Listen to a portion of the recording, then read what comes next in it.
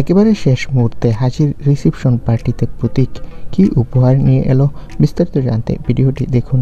Reception পার্টির শেষ দিকের ব্যস্ততার মধ্যেই দেখা মেলে প্রতীক সেনের। নির্ধারিত সময়ের তুলনায় একটু দেরিতে এলেও তিনি খালি হাতে আসেননি। হাতে ছিল সাজানো একটা গিফট প্যাক, যা তিনি সরাসরি মধুমিতার হাতে তুলে দেন।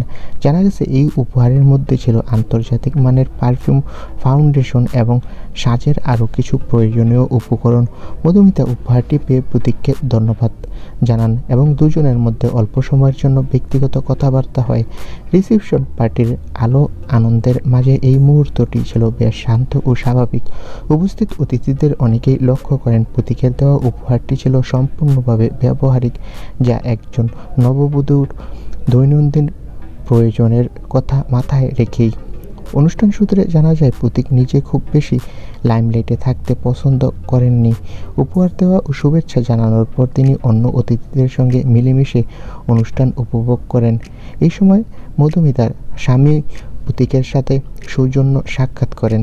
তো বন্ধুরা, প্রতীক সেন মধুমিতার রিসেপশন পার্টিতে এলো। তোমরা কে কে খুশি কমেন্ট করে জানাও আর আমাদের চ্যানেলটি সাবস্ক্রাইব করে রাখো। ধন্যবাদ।